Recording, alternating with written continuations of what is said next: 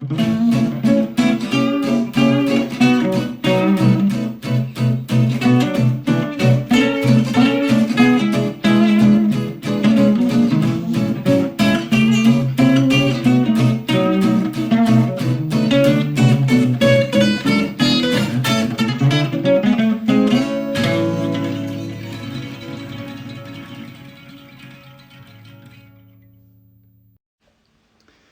welcome to a solo show. This one's going to be quite brief, partly because I've only got a little bit of data left for this month, but I thought I'd just quickly do this one.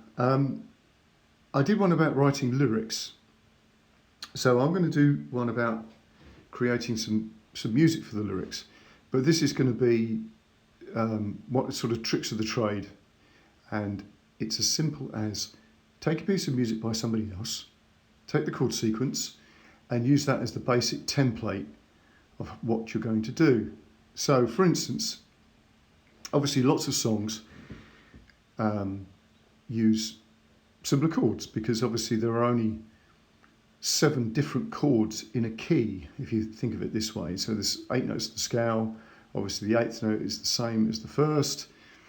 So if you build chords on the remaining 7, you will get something like this. If we do this in the key of C, if you're playing on the piano, it's nice and easy.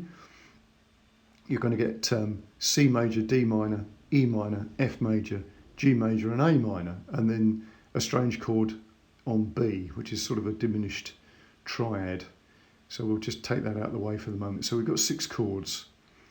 If you're playing in the key of G, for the purpose of the guitar, because it's slightly easier because you don't have to deal with the F chord, you've got G, A minor, B minor, which is a bit tricky if you're new to playing guitar,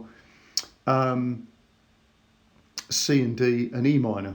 So the classic sort of chord sequence for loads and loads of songs, including Redemption Song by Bob Marley, Father and Son by Cat Stevens, umpteen little rock and roll songs which do what we call a 1-6-4-5. You'd get this type of thing: G, E minor, C and D. Okay, and obviously A minor is floating around there, which you can use. So taking the song that's already in existence, because that's the easiest way to do this stuff, and just rearrange the chords, and magically you've got a good structure of chords for a song. Now the other trick is to use the template of a song. So for instance, what does it do when it goes to the chorus? You know, what type of chords does it use? So if you took a song already in existence, I mentioned Bob Marley's Redemption Song.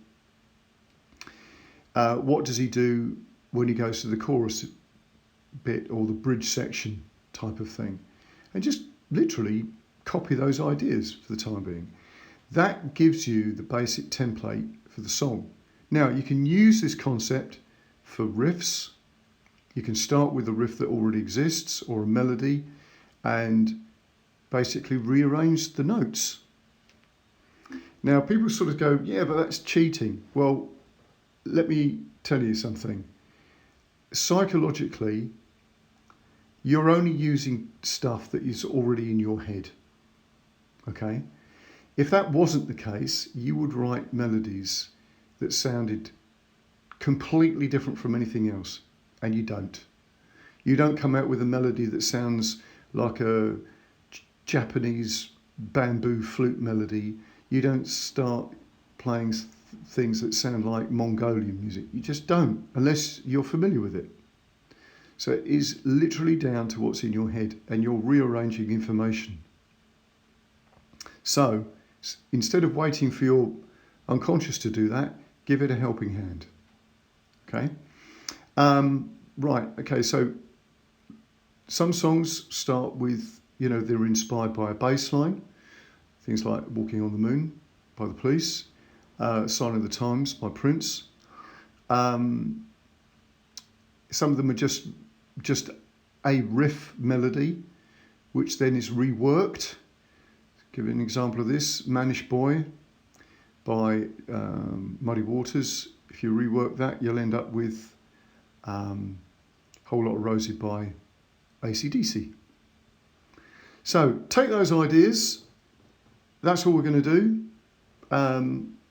Take your lyrics that you've written from the previous solo podcast and have some fun. And I will be posting up some in detail use of things like Cut Up for creating music at a later date. So we'll do that then. Until then, see you.